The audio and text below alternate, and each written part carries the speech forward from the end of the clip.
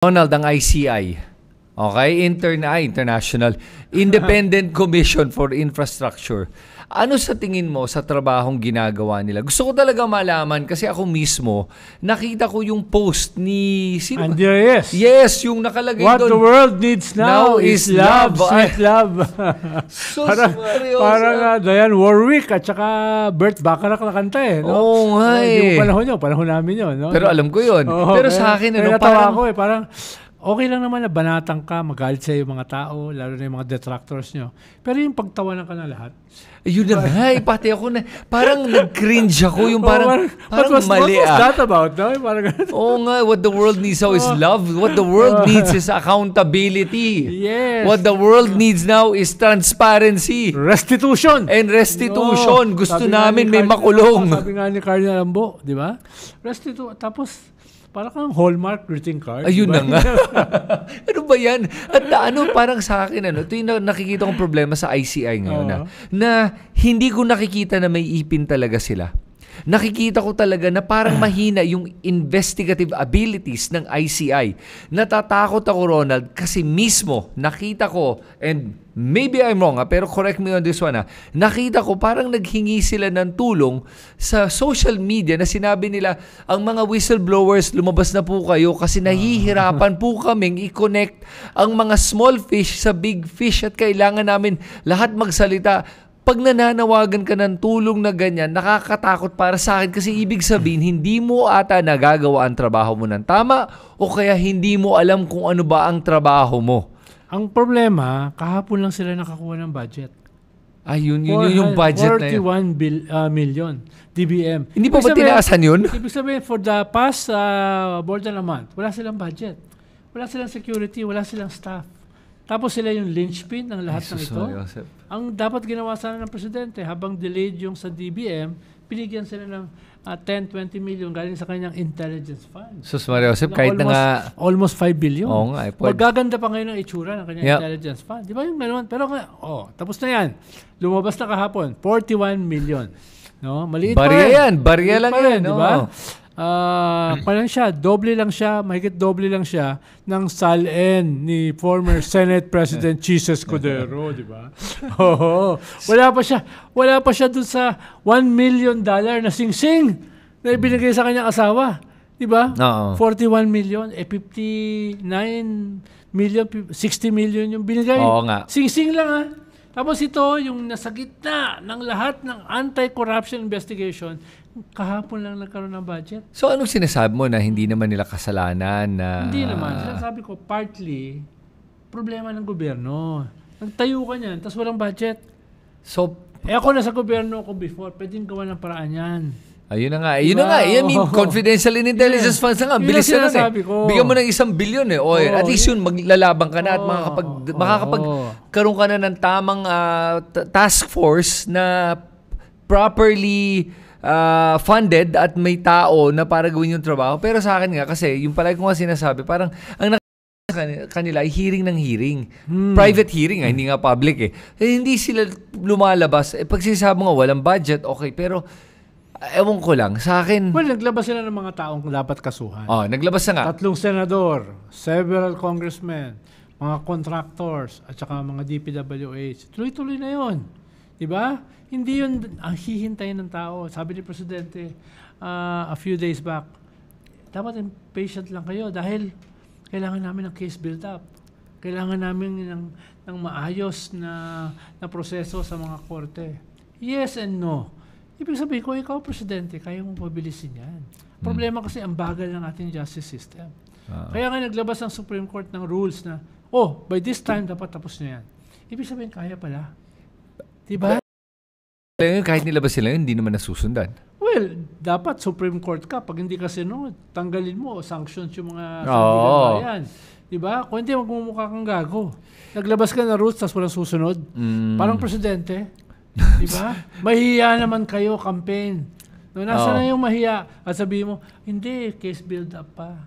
Hindi, pero sa akin, tama ka naman dun. Na ang problema nga ay, pag sinasabi ng case build up, kitang-kita nga, may trail na, alam mo yung parang caught red-handed ka na way, na kaya ng kasuhan at ipakulong. Kaya nagtataka nga ako, ano pa yung inaantay? Kasi kung sabihin natin walang corroborative evidence, walang mga witnesses, tapos walang paper trail, okay, baka maintindihan ko pa. Pero ito, meron na lahat eh. Meron na. Kaya bakit hindi pa magawa? Kaya naintindihan ko naman yung, sige, case build-up tayo. Pero kung yun nga nagnanakaw ng mga maliliit na bagay, nakukulong agad eh. Diba? Sabihin ko dito sa mga testigo, whistleblowers, last month, kung hindi kayo magtestigo, plunder or malversation with falsification of public documents, 8 million non-bailable na yun. Ibig sabihin, kakakabahan na sila. Ito mga diskaya na pag ganun pa, kulong ka na. Ayun na nga eh. Pag nasa kulungan ka, iba yun sa kulungan ka, mapapaisip ka, tetestigo ba ako?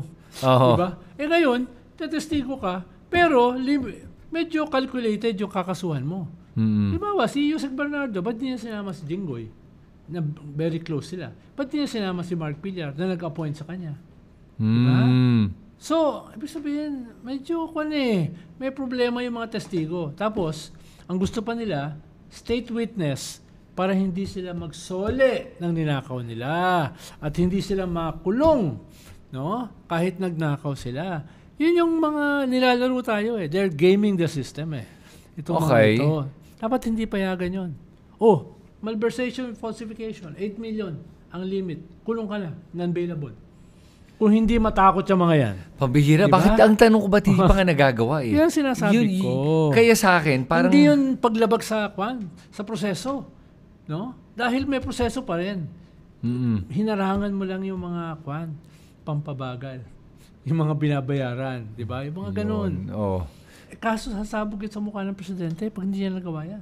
Pero, sinabi nga niya, gagawin niya. Mahirap na yun, nangako ka, tapos hindi mo gagawin. So na yan, July pa yan. Oo.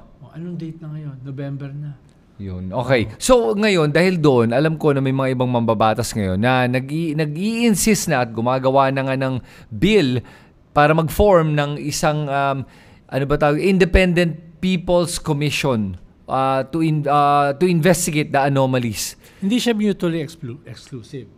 Tuloy itong ICI, pwedeng... tuloy yun. Yung kasi ay civil society participation. No? Sasama dyan ang simbahan, NGOs, etc. Tapos meron pang bill si Laila de Lima para palakasin ang ICI. Paano ang problema ng ICI? Pwede magsasabi na sila. Iba, sasabi na kita.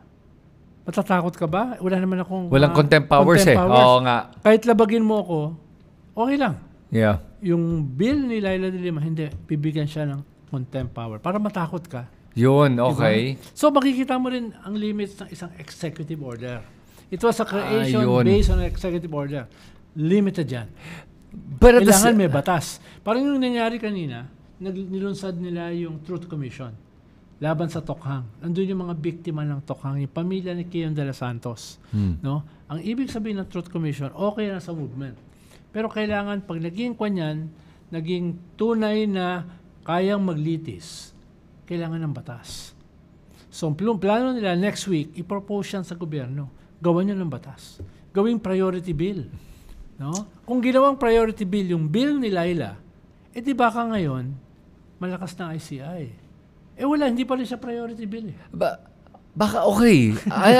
Ito na naman tayo. Nagiging chicken and egg situation to eh. Na tingin mo ba na pinipigil to ng ating speaker ngayon na maging priority bill? Sino bang may karapatan o may kapangyarihan na para gawin? It's about leadership. So parang... ako presidente. Gagawin sa mga galing... sa bagay, Mga galing yung priority bill sa Malacanang. Diba?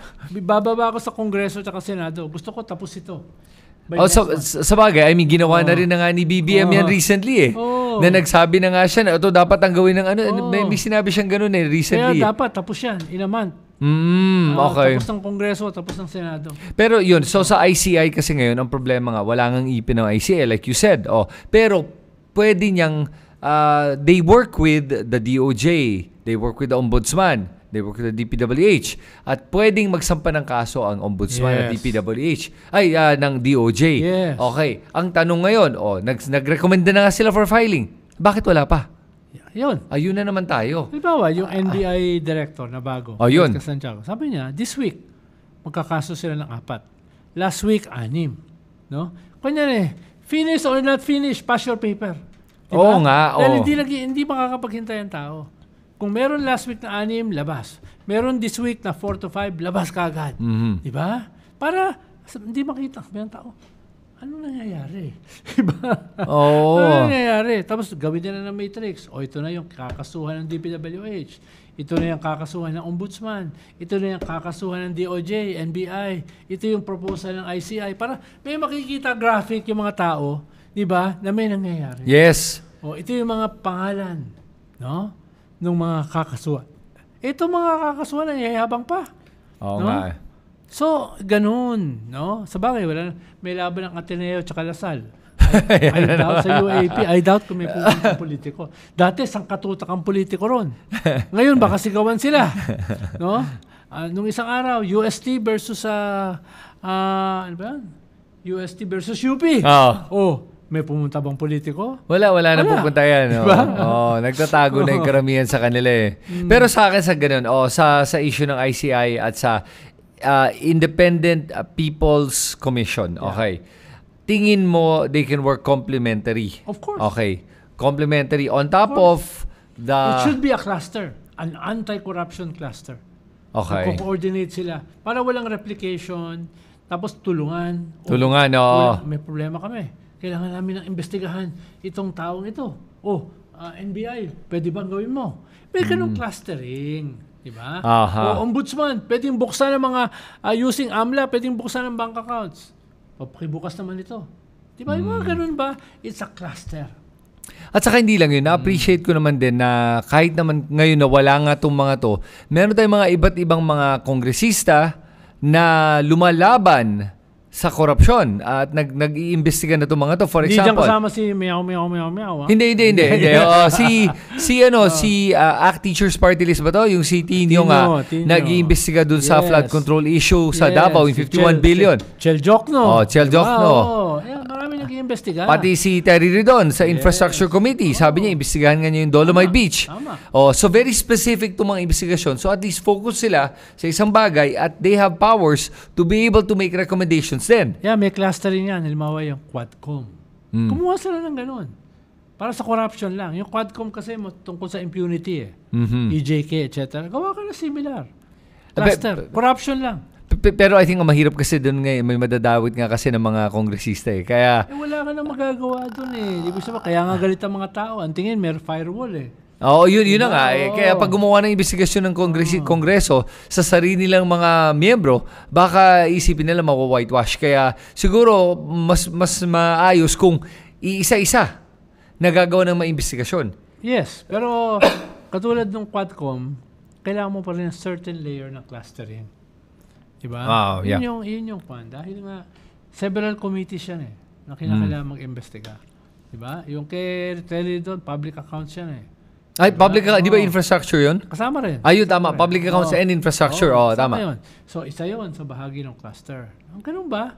Ka-cluster mo, wala kang choice eh. Actually, yung records na sa inyo. Oo nga pala eh. Oo nga eh. Sa house. Labas nyo yan. Kunti, magmumukha kayo mga conspirators dito sa corruption. So pag ganun sige, okay. So you've got the House, the Senate, Blue Ribbon Committee mag-uumpisa na ulit under Ping Lacson. May pasabog daw. Sabi nga ni Ping. Ano yung mga pwede nating i-expect sa darating na Blue Ribbon Committee hearing ngayon na parang na-unleash na si Ping Lacson na hindi na siya ngayon maiipit dun sa issue ng para baka matanggal yung Senate presidency at mukhang pati yung mga senador ay nagsasabi na walang ganung mangyayaring pagbabago ng Senate presidency at tuloy ang laban at gusto daw nila makabalik si Ping Lacson. Anong expect mong mangyayari? Meron pa rin konting balancing act yan. Diba? To maintain the majority. Pero si Senator Ping Lacson yan Diba? Wala siyang pakialam din sa mga balancing, calculation.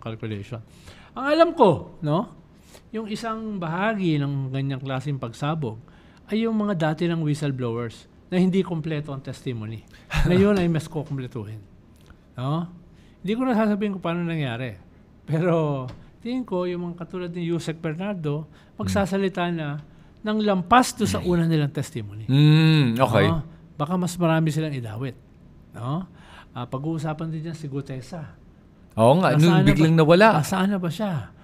Tama ba yung kanyang testimony o babaguhin niya? So, mga ganun ba na mga bagay? So, marami diyang lalabas ngayon sa Blue Ribbon. At tingin mo ba dito sa Blue Ribbon na to, meron ba talagang maibibigay na ebidensya na makakatulong sa ICI? Tingin ko, bagamat ang kanyan ay in aid of legislation, diba yun yung kanilang framework. Dahil yung trabaho nila, senador Hindi naman sila korte. Diba? So, yung ebidensya nila, pwede nila ngayon itapon sa ICI. Ayun. At the same time, gagawa sila ng legislation na para hindi na maulit itong mga nangyayari with the flood control issues, sa corruption sa government. Tingin mo ba may magagawa silang meaningful legislation talaga? On their own, baka hindi kaya. Pero in coordination, yung whole government approach, meron. No? Halimbawa, stiffer penalties sa corruption. No? Tapos ganito yung non-bailable, no? May nagpo-propose ng death penalty, mali yun, no? Mali yun no? Parusahan mo lang maayos, no? Huwag mong pakawalan kasi pag death penalty, makakawala yan di ba? Yes. Ibig sabihin wala na siya dito. At saka baka mga death penalty pa dyan, yung mga maliliit. Oo nga Diba? Dahil yun yung walang law firm na malalaki, na mga mayayaman, diba? Yun. So, at ang problema sa death penalty, final na yan Yeah. paano kung mali pa rin yung ebidensya? At, Diba? at madalas nga naman, Ronald, nakikita naman natin over the last decade, how many people Have been were, punished. and how many were acquitted of... With the new government. Oo. Diba? Nagbago yung gobyerno, nakasuhan ng mga non-bailable offenses. Ngayon, acquitted. Nakalaya. Pero... From the Binays to the Estradas, Enrile, to the pati sa Revilla. Napolo buti nga lang, marami pa siyang kasong iba. Pero yun ang nakapagtataka sa akin. Na parang nainsulto ko, na sabihin sa akin na walang sala itong lahat ng mga tao to. Pero, sinong gumawa nito? Soli ng 140 billion. Diba? Baka makasuhan ka na naman. Yeah. Ako na lang ang kasuhan, diba? So, maganoon ba? No? Pinapasoli yung pera tapos wala absuelto. Saan ka nakakita ng gano'n? Kaya nga, hindi ko... Katulad nitong huli, pinapasoli rin yung pera. Or merong fall guy na chief of staff na namatay sa preso. Yun. Diba? Yun na nga. Kalokohan Chief of staff, walang alam yung kwan. Kahit yung naman boss. kahit naman yung kay Enrile, si Gigi Reyes yung diba? nakulong ng ilang taon. 10 taon na ba yun? 10 taon nakulong. Habang siya, wala. Tapos ngayon, na-absuelto. na-absuelto. Sabi niya, Gigi, pareho sila. pagtsagaan mo na lang ito ng 10 years. Hayaan mo, papakawala kita after 10 years. Diba? Pambihira. Only in the Philippines. So kaya tingin ko nga, malalang impunity. Sabi nga ni kanina our justice system is rotten and flawed. Sabi niya.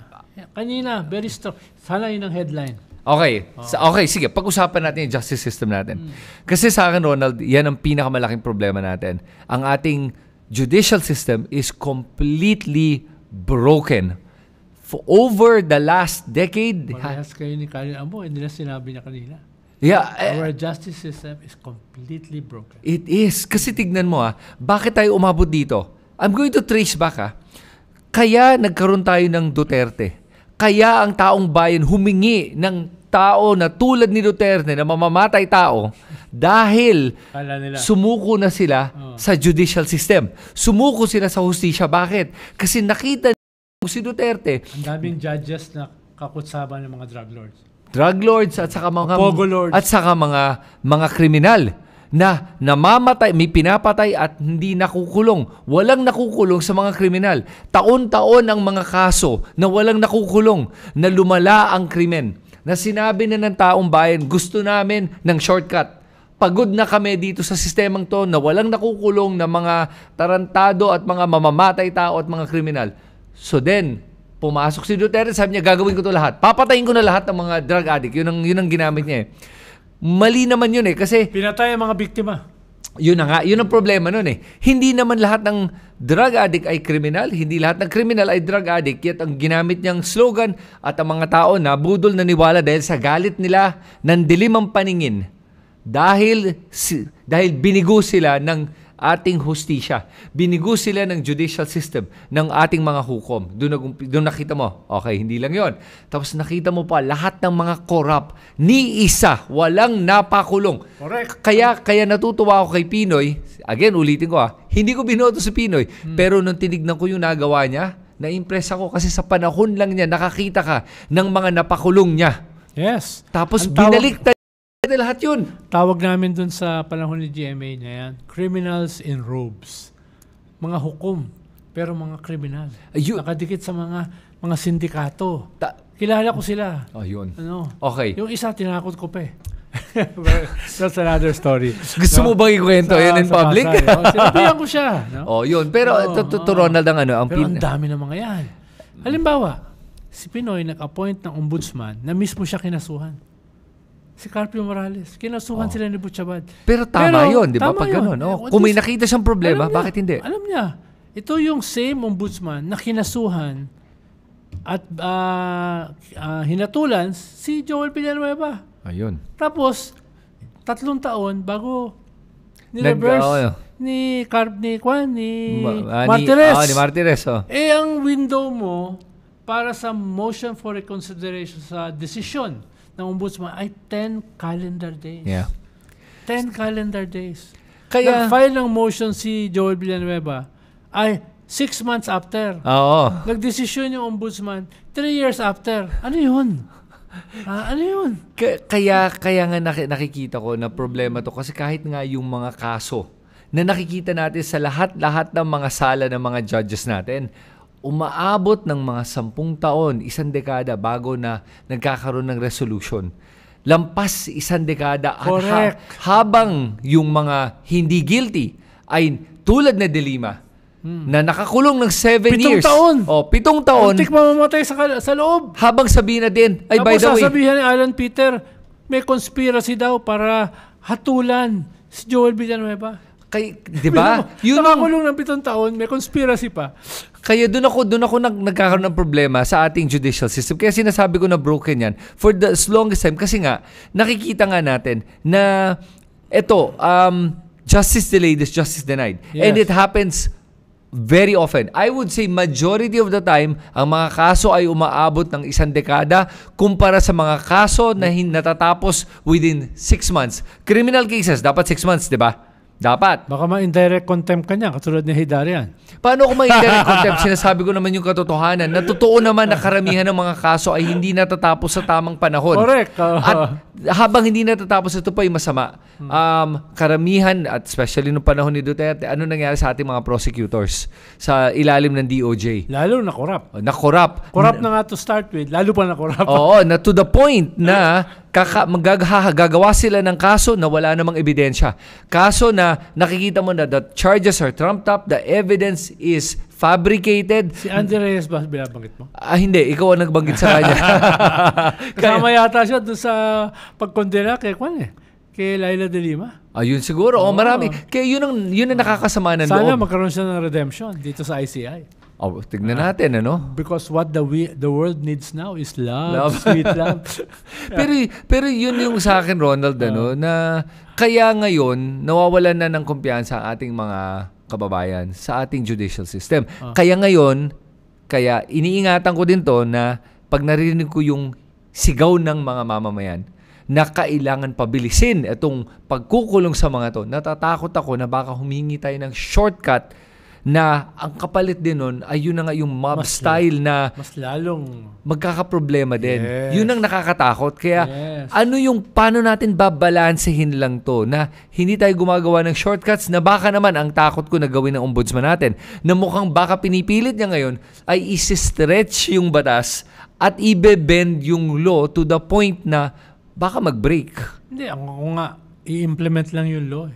Problema kasi yun hindi ini-implement. Tapos, gawin nila yung sinasabi ng simbahan. No? Longer jail term for plunderers. Yes to that. Pero no to a junta. No to revolutionary government. No to snap election. Malinaw yung posisyon ng simbahan. Ang problema, kulang yung mga politiko na nagle-level up. Kaya naiipit pa rin tayo sa puwersa ng kadiliman at puwersa ng kasamaan ni Harry Roque. No? Doon tayo naiipit dahil nga wala pa nag-i-scale up. Pero katulad nito, wala ito dati, social media. Wala itong mga ganyan podcast. Ito nakakatulong para maging eskwelahan sa maraming tao. Ito ba pinag-uusapin natin? Alam ng mga tao yan dati? Hindi. Pero ngayon, may pagkakataon sila. Diba? Ang kulang na lang, the political leadership which will level up para may alternative dito sa nagbubungguan na puwersa ng kasamaan at puwersa ng kadiliman. At yun yung ginagawa natin. Para tayo kumadrona Kaya-create tayo ng sitwasyon para sumulpot ito. No? Pine-fertilize natin yung lupa. Pinapatay natin yung mga masasamang damo. Para tumubo itong mga halaman na ito papuntang 2028. Okay, pero hindi lang kasi elected officials ang natin, ang kailangan natin makita. Yes. Yun na nga, yung sinasabi ko. Vico Soto, hindi siya tatakbo sa 2028. Kasama na siya sa leaders nitong anti-corruption, anti-impunity, anti-dynasty. Hindi pwedeng anti-corruption lang. Kailangan may anti-impunity. Hindi pwedeng anti-impunity lang. Kailangan may anti-dynasty. Hindi pwedeng anti-dynasty lang. Kailangan may proposed reforms. Hindi lang exposed and opposed. Dapat may pinopropose. Yun. Land use, di ba? Yan yung mga halimbawa na ipinopropose mo. Social welfare. Dapat yan ang pinopropose mo. Social security, disaster protectiveness, di ba? Mga ganun. Sa Japan, pag nawasak ang sakahan, hindi magsasaka ang magbe-bear ng burden. Gobyerno. Dahil meron silang social safety net. Yes. Tayo Wala. Ang may safety net, mga corrupt. Yung mga political elites, economic elites, may hirap wala. Yan yung hindi sapat na ikaw ay bumanat lang. Kailangan may propose ka na alternatives. Diba? Ay, yun ang abangan natin sa mga 1, 2, 3, 4, 5. Pwede natin pag-usapan yan sa ibang podcast, di ba? Pero yun ang sinasabi ko. Anti-corruption, anti-impunity, anti-dynasty, pro-reforms. Okay. So, ang abangan natin ngayon siguro ay kung sino yung mga lilitaw dito na pro-reform. Yes. Kung di sila lilitaw, tayo na lang yan. Sinabi mo yan, Ronald. Ayan, ha? Joke. Ayan, baka magkatotoo yan, ha? Sa totoo lang. Kasi ako, sabihin ko sa'yo, Ronald, ako, sakripisyo talaga yan para sa akin para gawin yan. Mahirap na desisyon yan. Hindi yan magaan na desisyon. Pero meron na tayo nakukumbinse. Cielo Magno, no? Heidi Mendoza, no? Chel Jokno, Laila De Lima, Rafaela David, Barry Gutierrez, Lino Cayetano, Justice Carpio. Yan yung mga susunod na leaders. Iba't ibang henerasyon yan. Merong tawag dyan? Yung henerasyon na matatanda? Boomers. Merong millennials, may Gen Z. So makikita mo, intergenerational yung alternative. At magagaling yan, with 120 million population. Diba? Sigurado ko may mahanap tayo matitinong mga leaders. 2 cardinal natin, muntik maging pope. Diba? Ibig sabihin, marami tayong magagaling. Meron tayong tennis player na lahat ng kita niya, pinibigay niya sa mga mahihirap, sa homeless. Ibig sabihin, merong ganong klaseng mga leaders na may sense of nobility. Kailangan lang natin tulungan sila. Sige. So, fertilize lang natin. Yes, yun, okay. Yes. Sige. So, sa akin siguro ngayon, ang siguro payo ko na lang sa mga nanonood ngayon is baka isa kayo dun sa mga na nakakarinig na to na tinatamaan na. Baka isa kayo dun sa mga fina-fertilize ni Ronald. yung pag-iisip yung pag-iisip nyo, di ba? So, huwag niyo kalimutan, ang fertilizer ay mga dumi. Oo. Diba? Mga dumi yan na ginagamit natin positively. Ayun. So, sige, Ronald. Okay, so just to wrap this up, sige, tanong ko na lang sa'yo. Tingin mo ba, tanong ko sino makukulong tingin mo, pero, sige, tingin mo ba may makukulong talaga? Well, at least yung sinabi ng ICI. 3 senador. Several congressmen. Maraming DPWH leaders. Maraming contractors. Magandang regalo na yan sa Pasko. Okay. Hindi dyan natatapos. Okay. Pero after ng Christmas, more. A lot more. Yes. Dapat mapuno yung hinanda nilang presinto. May presinto na sila. Dapat puno nila. Sabi na kakasya ng 200 daw yun. Dapat ikasya nga nila. Tapos yung mga sigaw sa UAAP Games, ikulong na yung mga kurakot, di ba? Okay. Dapat konkreto na yung ikukulong. Okay. And gusto ko din malaman, Ronald, kung tingin mo ba, pwede bang i-abolish na lang yung DPWH? Hindi rin Dahil kailangan mo pa rin ng ahensya sa gobyerno na gagawa ng public works. Hindi, palit mo nga lang ng bagong ahensya. Well, pwede yun. Pero ganun pa rin. No? Kailangan mo pa rin ang gagawa ng mga tulay, Yes. kalsada, matitinong flood control, drainage, di ba? Yan ang number 2 biggest expense ng gobyerno. At ang dalawa ang pinanggagalingan ng ating ekonomiya. Ironically, remittances and public spending. Pero, Bahagi ng pag-slowdown ng economy ay dahil dito sa anti-corruption.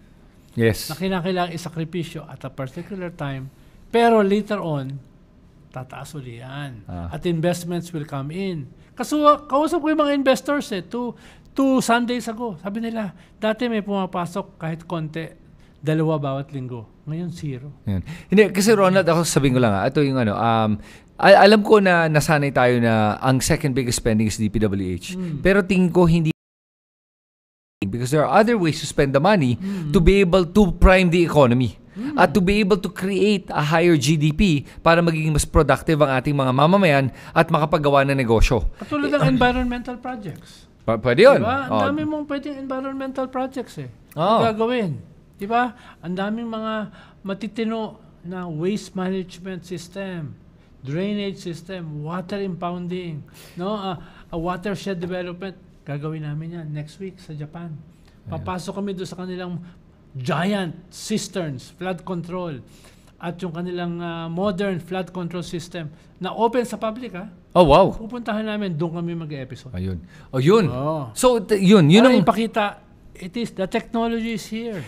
Ako ganito kasimple. Huwag na tayo magpabudol kasi doon sa mga sinasabing dating nakaraang administrasyon na wala daw pera ang Pilipinas. Maraming pera ang Pilipinas. Ginagago lang tayo at binubudol tayo. Saan mo ilalagay sa matinong proyekto? Yun. Kasi like for example, sa dami ng pera na ninakaw sa mga flood control, walang kwentang flood control project. Imagine mo, nakapagpatayo na tayo ng National Railways na buong Pilipinas ay kaya mo nang puntahan from Luzon to Mindanao. Yes. Nang matino, pwede yan. Number 1. Number 2, National Roadways na tuloy-tuloy from Luzon all the way to Mindanao.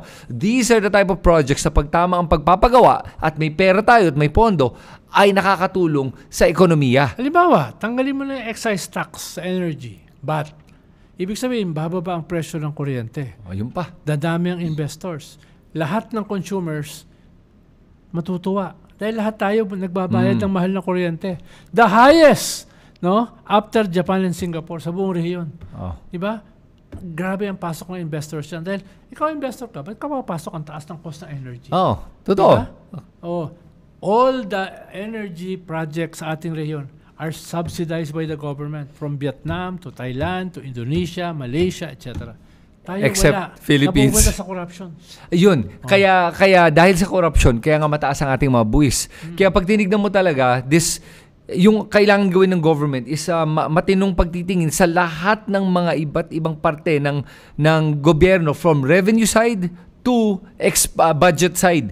Kasi ginagawa ng Kongreso natin ngayon at ang Senado ay tinitingnan yung expense side, yung budget side. Pero walang tumitingin sa revenue side natin. Yeah. Pero kung mababa mo yung budget to the point na kaya mong balansehin, and I really believe na kayang balansehin to, Ronald. Alam ko na kahit naman nakausap yung ating mga kaibigan sa Kongreso, sinasabi na sa akin, Chris, hindi kailangan may deficit. I don't agree. Kasi nga, sinabi na nga that corruption was worth 1.4 trillion pesos. Pag tinanggal mo lang yung 1.4 trillion sa budget, balance na yung budget mo. Yeah. Pwede ka nang magbaba ng taxes. Perhaps this is not an excellent example. Pero nanalo sa New York City, the Big Apple, no? The richest city in the world with the most number of billionaires. Nanalo ang isang migrant, 34 years old na bata, na ang sinasabi, tax the rich. No? Para yung kanilang subway, yung kanilang upahan ng mga estudyante ay mababawasan. Ng rent, pabababain mo. Pababain mo yung cost ng transportation. Paano? New York is the most capitalist city in the world with the most billionaires. Tapos ngayon, nagpanalo ka na isang openly socialist na bata, na migrant. Ibig sabihin, yung contradiction ng inequality at saka growth, sinusubukan niyang bawasan. Yes. Living wage. Ba't hindi natin gawin yan? Yun. Yun ang mga paraan na... Halimbawa lang. Tignan natin kung kaya dito yan. Kasi sa atin, para magawa yan, ang pinaka-importante ay isang matalinong botante. Hindi lang yun. May sumulpot na leader. Ayun, yun pala. Na nag-catalyze, ang problema kasi, wala tayong choice. Diba? Tama. May nag-catalyze, bata, migrant, diba? Ang sabi ni Trump, Islam terrorist. Sabi ng iba, communist. Mismo kasama niya sa Democrats. Ang kalaban niya, diba? Democrat din. Pero, nasira yung na-disrupt niya yung sistema. Yeah. Kailangan natin lang ganun. Yun. So, hindi lang mga botante, kandidato mismo. Leaders. Yun. No, leaders. Yun ang kailangan natin. Sige, Ronald, salamat sa usapan natin ngayon at marami ako natutunan dito. Sana marami din kayo natutunan dito sa usapan namin ni Ronald Llamas. At kung agree kayo, disagree, sulat nyo lahat ng komento nyo dito sa comments sa ibaba. At pag gusto nyo maging kandidato, sulat din nyo yan. O kaya baka meron kayong mga gustong i-nominate na posible na maging isang future leader natin. Ha? At Ronald, paalala ko lang na meron na nga akong membership dito. So, sa mga gusto sumuporta sa ginagawa natin advocacy, sama ako dyan. Oo, malaking tulong yan pag maging member po kayo, paid member. Sama at si Hitarian ba sasama? Hindi ko alam Seriously. Nililibre lang niya ako ng kape. Yun. Sige, salamat sa inyo lahat. Salamat Ronald. Salamat din po. At magkikita tayo muli sa aking susunod na video.